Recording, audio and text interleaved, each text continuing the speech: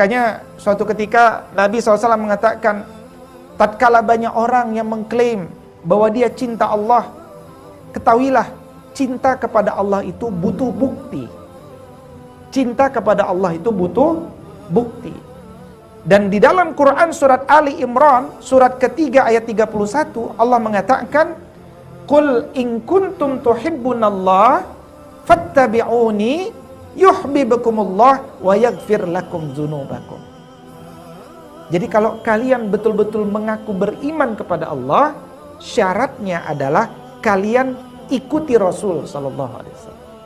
Kalau kalian ikuti Rasul sallallahu alaihi wasallam, apa keutamaan yang akan engkau dapatkan? Allah akan mencintai kalian. Bahkan bukan saja Allah mencintai kalian, Allah pun akan ampuni dosa-dosa kalian. Masya Allah.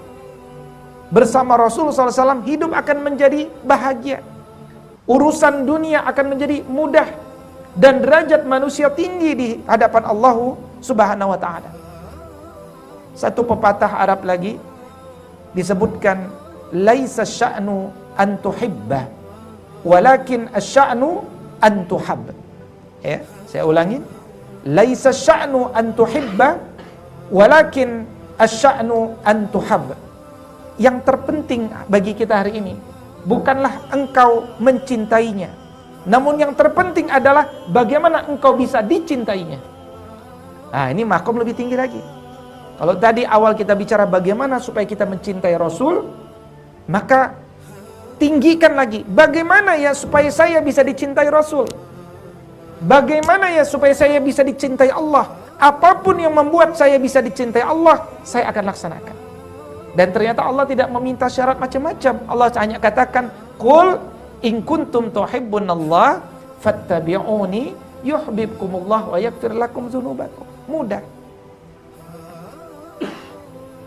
Berikutnya, sudah adab keberapa tadi? 2 ya. Kita masuk pada adab yang ketiga.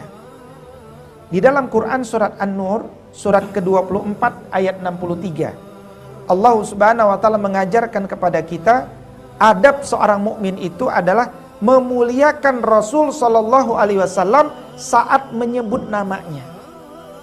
Karena dia Al-Mustafa, dia pilihan. Dia bukan manusia biasa seperti kalian. Dia dipilih oleh Allah Subhanahu wa taala. Maka Allah Subhanahu wa taala mengatakan, la taj'alu du'a ar-rasuli bainakum ka du'ai ba'dikum ba'dha. Jangan kalian jadikan panggilan Rasul di antara kalian seperti panggilan sebagian kalian kepada sebagian yang lain. Jangan samakan.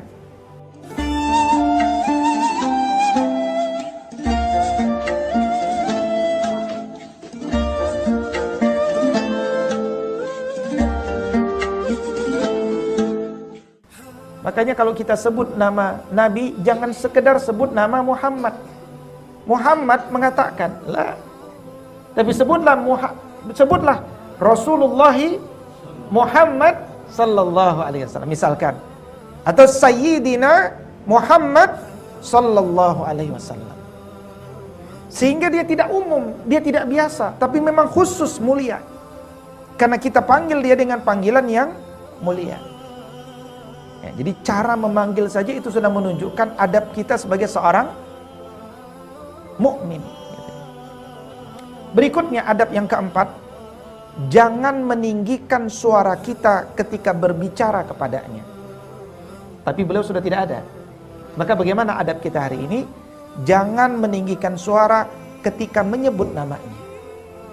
Atau ketika nama beliau disebutkan, kita diam. Kita dengarkan, kita simak. Apa kata beliau? Makanya di dalam Quran surat Al-Hujurat, kelanjutan tadi ayat pertama, ayat keduanya masih adab kepada Rasul tuh. Allah katakan, ya ayyuhalladzina amanu, wahai orang-orang yang beriman, la tarfa'u aswatakum fauqa sautin nabi. Jangan engkau tinggikan suara kalian lebih dari suara Nabi. Wala tajharu lahu bil qawli kajahri ba'dikum li ba'd an tahbata a'malukum wa antum la tash'urun. Jangan juga kalian itu berkata-kata kepadanya dengan suara keras sebagaimana suara kalian kepada teman-teman kalian. Itu kalau kalian khawatir pahala daripada amal-amal kalian dihapus oleh Allah Subhanahu wa taala. Bahkan di beberapa wilayah kalau disebutkan nama Rasul sallallahu alaihi wasallam, mereka langsung begini, Pak. Ya, misalkan Rasul sallallahu alaihi wasallam, langsung sallallahu alaihi wasallam. Mendengar, mencoba, itu ihtiram kita. Kepada ulama saja kita ihtiram, apalagi kepada Rasulullah sallallahu alaihi wasallam.